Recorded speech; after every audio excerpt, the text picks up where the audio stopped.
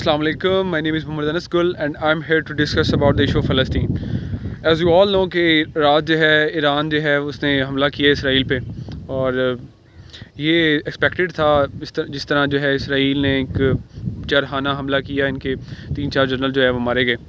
अब बात ये है कि बहुत सारे लोग ईरान को 5-7 महीने से जो है वो मुनाफिक कह रहे थे, और मैंने एक पोस्ट बना के लिखी थी कि जॉर्डन का लड़का मुझे मिला, उसने मुझे कहा कि ये ईरान मुनाफिक है। तो मैंने उससे कहा कि आप कि जॉर्डन स्टेट जो है हर साल अमेरिका से पैसे लेती है और फंडिंग ले रही होती है, इसलिए आप स्टैंड नहीं ले सकते उसके साथ, फ़लस्तीन के साथ। अब ईरान पे आप ब्लेम ना करें, और इजिप्ट, ये दोनों जो है मुल्क जो हैं बहुत सारी फंडिंग अमेरिका से लेते हैं। वो इसीलिए लेते हैं कि जब भी कोई मसला होता है इसराइल और फ़लस्तीन का, उसमें ये इन्वॉल्व नहीं होंगे।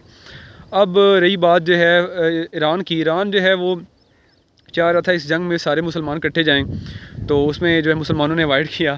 तो उसमें ये हुआ कि हमारे जो सऊदी भाई हैं उन्होंने कहा जी कि जब ओआईसी में ईरान ने कहा सऊदियों को कि और दुबई को कि आओ हम इनका तेल बंद करते हैं और फ़लस्तीनी मुजाहिद को आप असला दो, और ये 2-4 दिन में जो है सारी जंग रुक जाएगी, सारा मसला हल हो जाएगा। वहाँ पे जाके ये दोनों भाग गए, सऊदी भाग गया, दुबई भी भाग गया। उन्होंने कहा ये काम नहीं करना है, हमने अपना मफाद देखना है। तो उसके बाद भी ईरान अकेला उस जंग में फिर भी नहीं जा सकता था। उसको पता था कि मैं अगर गया तो ये लोग वैसे मुझे पसंद नहीं करते, और अगर मैं जाता हूँ तो मुझ पर अगर नेटो चढ़ाई करता है तो ये लोग देखेंगे बस ना, जैसे इन्होंने सदाम हुसैन को मरते हुए देखा, ये इंजॉय करेंगे। तो वो चाह रहा था कि सारे मिल के जाएँ, खैर नहीं हुआ इस तरह। यार उसके बाद फिर भी उसने हिज़्बुल्लाह के ज़रिए लेबनान से या फिर हौथी ग्रुप यमन के ज़रिए इसराइल की नींदें जो है वो हराम की रखी।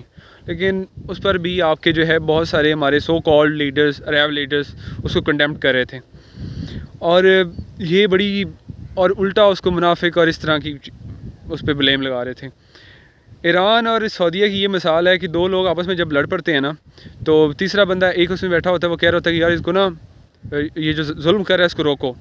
तो दूसरा बैठ के देख रहा होता है, वो कहता है नहीं यार मेरा ना इसके साथ मफाद है जो जुल्म कर रहा है।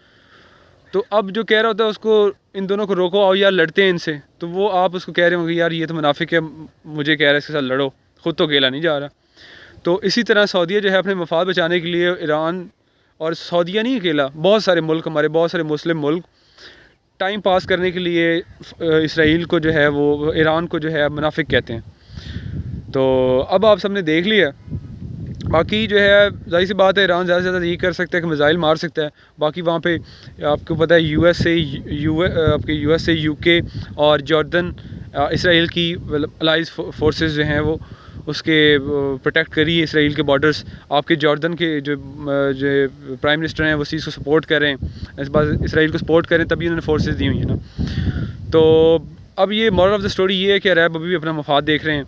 ये इनको शर्म करनी चाहिए और इनको थोड़ी गैरत करनी चाहिए, बजाय इसके कि ये दूसरों को कहें कि जी फ़लाना जो है वो मुनाफिक है और फ़लाना ख़राब है। ये पुरानी बातें हैं। आपने आज तक सारी जंगें अमेरिका की मफाद के लिए लड़ी हैं। आपने अफ़गानिस्तान वाली जंग भी अमेरिका के मफाद के लिए लड़ी। आपने यमन में भी अमेरिका के ख़िलाफ़ के लिए अमेरिका के मतलब मफाद के लिए लड़े। आप इराक़ में भी अमेरिका के मफाद के लिए चुप रहे। आपने कज़ाफ़ी को भी मरवाया अमेरिका के मफाद के लिए। तो आप अब ईरान को मुनाफिक नहीं कह सकते, ये कह सकते हैं कि आपकी एक मफाद की जंग है। Thank you.